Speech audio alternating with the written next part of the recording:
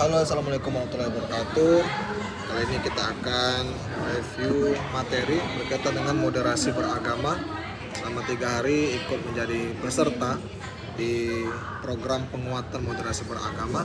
Seperti apa materi akan kita sharing nanti. Saksikan, jangan lupa like dan subscribe. Terima kasih. Baik, kali ini mohon izin sebelumnya sini sudah ada record tapi suara yang tidak masuk, jadi di luar tambahan ya ini recordnya. Baik, di sini bisa dilihat ya, untuk materi moderasi beragama ini ada di website balitbangdiklat.kemenang.go.id. Situ lengkap berkaitan dengan tanya jawab moderasi beragama. Sebelum ikut program ini kami masih menyangka bahwasanya moderasi ini sama dengan toleransi ya, yang apa ya, kita itu ikut dalam ritual keagamaan agama lain. Tapi setelah ikut program ini ternyata berbeda hal tersebut, karena toleransi itu bukan maksud kita ikut kegiatan mereka. Nah, seperti apa? Yuk kita coba cek dulu di modul ini, Balitbang Diklat jawab moderasi beragama. Oke. Karena sebelum ikut ini kami pernah menanyakan kepada Ustadz juga, kenapa dia tidak ikut program penguatan ini, karena dikira ya toleransi itu, moderasi sama dengan toleransi, ternyata bukan. Nah, coba kita akan lihat dulu ke sini, apa itu moderasi. Tapi cluenya moderasi itu artinya tidak berlebih-lebihan ya. Nah, di sini untuk kata pengantar dari Bapak Lukman Hakim Saifuddin mengatakan bahwasanya moderasi beragama merupakan proses memahami sekaligus mengamalkan ajaran agama secara adil dan seimbang, keadilan dan keseimbangan, agar terhindar dari perilaku ekstrim atau berlebih-lebihan saat mengimplementasikannya. Jadi maksud dari moderasi ini, kita tuh tidak condong ke ekstrim kanan. Maksudnya ini fokus hanya kepada dalil Al-Quran sebagai macamnya itu, dan juga tidak fokus condong ke ekstrem kiri, yakni lebih mengutamakan rasionalitas ya. Nah, di sini jadi adanya moderasi ini sebenarnya ingin menciptakan kerukunan ya, ketertiban dunia, kemudian juga tidak terjadi perselisihan di antara umat beragama. Itu sebenarnya moderasi ya kan. Nah, kemudian moderasi juga sama dengan jalan tengah. Jadi setidaknya kita itu tidak memihak di salah satu pihak, itu kira-kira. Tapi tidak juga kita itu berpikir, oh aku condong ke kanan nih, misalnya ada teman atau sanak sejawat yang lebih kepada radikalisme atau kekerasan ya, tanpa mengutamakan kemanusiaan. Tapi tidak juga kita tuh membenarkan praktik seperti halnya ekstrem kiri, yakni lebih kepada kebebasan liberal dalam hal ini. Terlalu cuek dalam arti ini, kalau misalnya ada apapun yang bersinggungan dengan agama dia cuek sebagainya, itu tidak dibenarkan juga sih. Jadi kita tuh di tengah-tengah ya, berada di jalur tengah. Kemudian juga kodratnya manusia adalah makhluk dengan keterbatasan pengetahuan dalam memahami semua esensi kebenaran pengetahuan Tuhan yang luas. Dan dalam seperti halnya samudra, keterbatasan ini mengakibatkan munculnya keragaman tafsir ketika manusia mencoba memahami teks ajaran agama.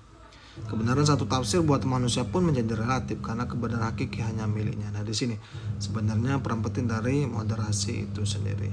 Oke, kita lanjut, tapi sebelumnya kita akan lihat dulu di slide ini, karena suaranya tidak sama dengan apa yang kami sampaikan sebelumnya ya. Karena ada kesalahan teknis, mohon maaf sekali bagi kenyamanan penonton Hilal Batin Channel. Nah, kemudian lagi kalau misalnya ada yang ingin mendiskusikan tentang moderasi ya tidak masalah, karena kan asumsi yang biasa beredar itu bahwasanya ya moderasi itu ya banyak bertentangan kan, padahal sebenarnya sudah banyak juga literasi berkaitan dengan moderasi, seperti halnya yang kita cek sekarang di balitbangdiklat.kemenang.go.id. Untuk linknya nanti akan ditaruh di deskripsi ya, semoga bisa membantu menjawab permasalahan dari pemahaman rekan-rekan sekalian. Jika selama pemaparan ini ada kekurangan, kami mohon maaf. Oke, sambil jalan kita akan lihat slide setelah ini.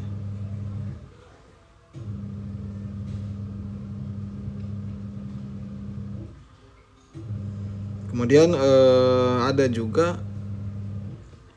materi yang mengatakan bahwa seharusnya dalam bersikap itu selayaknya kayak es ya. Gunung es. Nanti kita akan sambung lagi. Nah, kemudian ini moderasi sebenarnya. Menemukan jalan tengah dalam sejumlah forum diskusi kerap terdapat moderator. Nah, ini moderator yang memfasilitasi atau menengahi antara presenter dan juga audiens ini agar terjalinnya kondusivitas. Kemudian moderasi juga berarti sesuatu yang terbaik, tidak berlebih-lebihan. Sesuatu yang ada di tengah biasanya berada di antara dua hal yang buruk. Misalnya sifat berani dianggap baik karena ia berada di antara sifat ceroboh dan takut. Nah, itu sebenarnya itu. Kemudian moderasi beragama berarti cara beragama jalan tengah sesuai pengertian moderasi tadi. Dengan moderasi beragama, seseorang tidak ekstrim dan tidak berlebih-lebihan saat menjalani ajaran agama itu sendiri. Kemudian, benarkah bersifat ekstrim itu buruk? Benar, jangankan ekstrim atau berlebih-lebihan terhadap sesuatu yang jelas buruk. Berlaku baik pun itu menjadi buruk juga, seperti halnya sifat dermawan. Sifat ini sudah pasti baik karena berada di antara sifat boros dan sifat kikir di tengah-tengah nih. Tapi jika seseorang melakukan dermawan secara berlebih-lebihan, dia akan mengalami keborosan itu sendiri. Makanya Islam mengatur tidak boleh berlebih-lebihan. Karena berlebih-lebihan itu erat kaitannya dengan sifat yang tercela itu seperti halnya. Jadi kunci moderasi berlebih-lebihan, tidak berlebih-lebihan. Apalagi dalam masalah agama, kunci ini penting dipahami supaya setiap orang bisa memperhatikannya dalam kehidupan sehari-hari. Nah, itu sebenarnya. Dari sini sudah bisa kita bisa diskusikan bahwasanya kenapa pentingnya moderasi ini, karena adanya perilaku yang ekstrim seperti halnya di gambar paparan ini tidak dibenarkan umat manapun membakar tempat ibadah umat yang lain atas dasar tidak senang atas umat itu sendiri. Nah, itu tidak boleh karena hak warga negara itu sama-sama menginginkan kenyamanan hidup di negara kesatuan Republik Indonesia ini. Dia memiliki hak yang sama karena karena manusia itu kan sama, tidak memandang suku, bangsa, etnis dan sebagainya macamnya. Benar di sini di mana posisi orang moderat di antara dua kutub ekstrem itu. Orang moderat harus berada di tengah-tengah, tidak berlebihan dalam beragama tapi juga tidak berlebihan menyepelekan agama. Nah, di sini. Kemudian apa sih contoh melanggar batasan kemanusiaan itu? Tindakannya jelas berlebihan atau ekstrim. Contohnya konkretnya, dalih jihad agama, seseorang meledakkan bom di tengah pasar, lalu puluhan bahkan ratus orang tak bersalah tewas seketika. Ini jelas tindakan ekstrim karena kita ada hukum yang berlaku ya. Jika kita itu tidak senang atau misalnya tak ada penistaan agama, biarkan hukum yang mengatur itu semua. Jangan sampai kita mengorbankan asas kemanusiaan atas dasar ketidaksukaan kita kepada kaum tertentu. Itu kira-kira. Walaupun kita mayoritas di Indonesia ini mayoritas muslim, tapi tidak ada agama manapun yang melegalkan atau menghalalkan tindakan kekerasan. Karena di dalam indikatornya sendiri moderasi beragama ini anti kekerasan. Di sini jangan sampai asumsi negatif orang terhadap Islam ini ya agama yang keras, agama yang tidak humanis dan sebagainya macamnya. Padahal agama Islam adalah rahmatan lil alamin. Itu kira-kira ya. Kemudian dalam moderasi beragama juga dari paparan presenter atau fasilitator banyak hukum-hukum yang diambil terkait moderasi ini dari ajaran agama Islam. Kemudian dalam hal melanggar batasan kesepakatan bersama di sini, kalau misalnya kita pernah mendengar 4 pilar Indonesia, ya ini NKRI, Pancasila, NKRI, kemudian Bhinneka Tunggal Ika, dan juga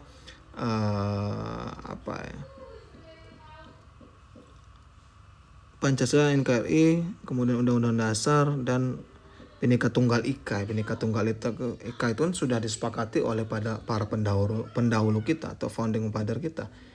Tidak ada keberatan atas kesepakatan yang sudah dilakukan itu, ya kan di sini kan. Jadi bagi warga negara yang tidak tunduk dan patuh atas kesepakatan tersebut, ya akan dicap sebagai orang-orang yang tidak mentaati ulul amri, itu salah satunya, ya kan.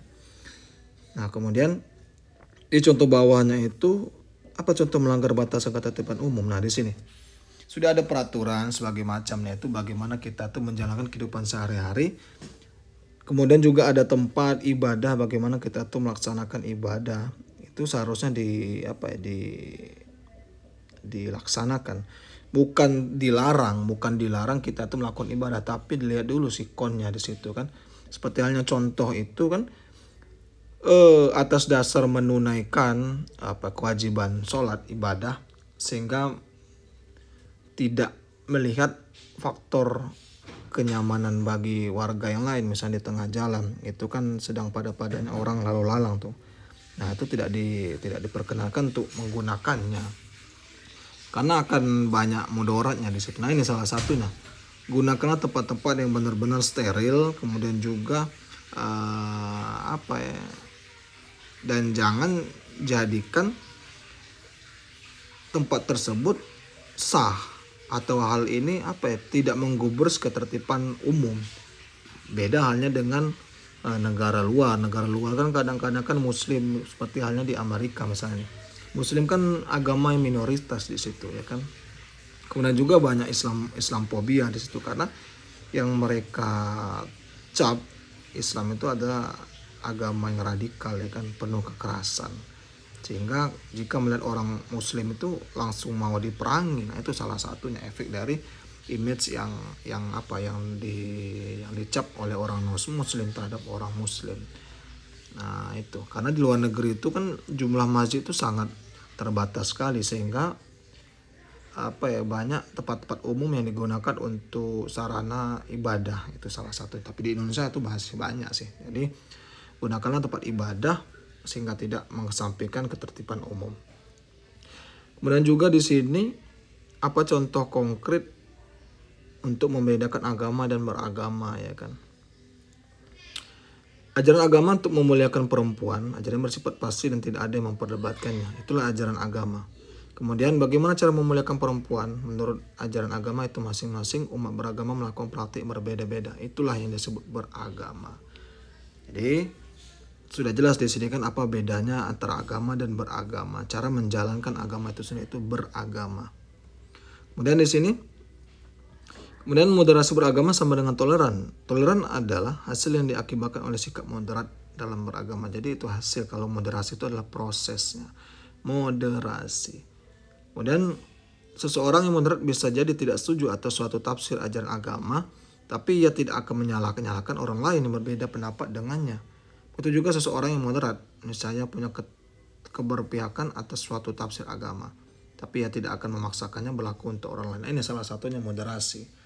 Jangan sampai apa yang kita rasa itu sudah paling benar, tetapi kita tuh menganggap orang lain tuh yang paling salah. Itu tidak boleh, karena itu akan membuat kegaduhan ya. Walaupun kalau kita diskusi itu kadang-kala kan antara sisi kiri dan sisi kanan itu kan berbeda pendapat. Nah, di sini bagaimana kita menyikapi kedua hal tersebut agar berada terus di tengah-tengah, itu salah satunya. Nah, kemudian apa sih peran yang harus dijalankan oleh negara? Dalam rangka menciptakan masyarakat yang moderat dalam beragama, negara perlu hadir memfasilitasi terciptanya ruang publik untuk menciptakan interaksi umat beragama. Oleh karenanya adanya forum kerukunan umat beragama, salah satunya itu sebagai tempat atau wadah bagi keberlangsungan hubungan antar umat beragama. Jangan sampai kita ini terpecah belah atas dasar agama itu sendiri, karena kan untuk menghancurkan negara Indonesia ini sangat gampang sekali dengan mengadu domba, kemudian juga mengambil isu-isu sensitif seperti halnya ras, agama sebagai macamnya itu. Karena hal tersebut di zaman sekarang ini bisa saja terjadi, karena cara memerangi orang itu kan, satu negara itu kan bukan hanya perang seperti halnya perang rudal seperti hanya terjadi di Ukraina, Rusia, bukan, tapi juga perang dari ideologi itu sangat dirasa menjadi ancaman bagi negara kita. Itu kira-kira sih sebenarnya berkaitan dengan moderasi. Kemudian ada juga yang kami sambung tadi seperti halnya gunung es ya. Kadang-kadang gunung es itu kan cuma di permukaan saja tuh yang kecil, tapi kalau kita lihat di bawah itu sangat luas sekali. Makanya kalau kita menerima informasi dari luar jangan ditelan mentah-mentah. Kita saring dulu sebelum sharing. Karena kita tidak tahu sumbernya dari mana, kemudian juga sumber awalnya itu siapa, kemudian apakah itu ditambahkan atau tidak. Karena itu berpengaruh terhadap simpulan akhir kita. Itu sih kira-kira, jangan sampai kita tuh dicap sebagai orang yang orang yang tidak dewasa dalam menyikapi persoalan-persoalan tersebut. Kemudian harapannya kegiatan moderasi beragama ini bisa diaktualisasikan di kehidupan sehari-hari, khususnya bagi kita sendiri dalam hal menyikapi perbedaan tersebut. Sekian, semoga bermanfaat. Mohon maaf jika ada salah kata perbuatan, mungkin kami cukupkan ya. Tidak ada lagi suara nanti setelah ini, tapi untuk linknya akan kami taruh di deskripsi. Sekian, assalamualaikum warahmatullahi wabarakatuh.